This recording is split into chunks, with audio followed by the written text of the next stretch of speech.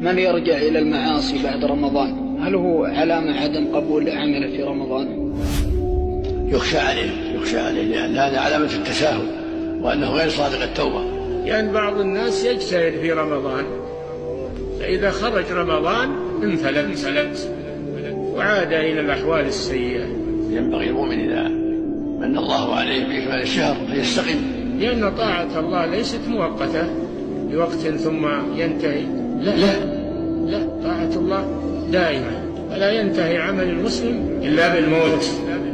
وأن يستمر على الخير وأن يحذر الشر والعودة إليه. فهذا لا ينفعه شهر رمضان، لأنه بنيته أنه إذا خرج رمضان أنه يعود إلى ما كان من قبل من المعاصي والسيئات واللهو والغفلة.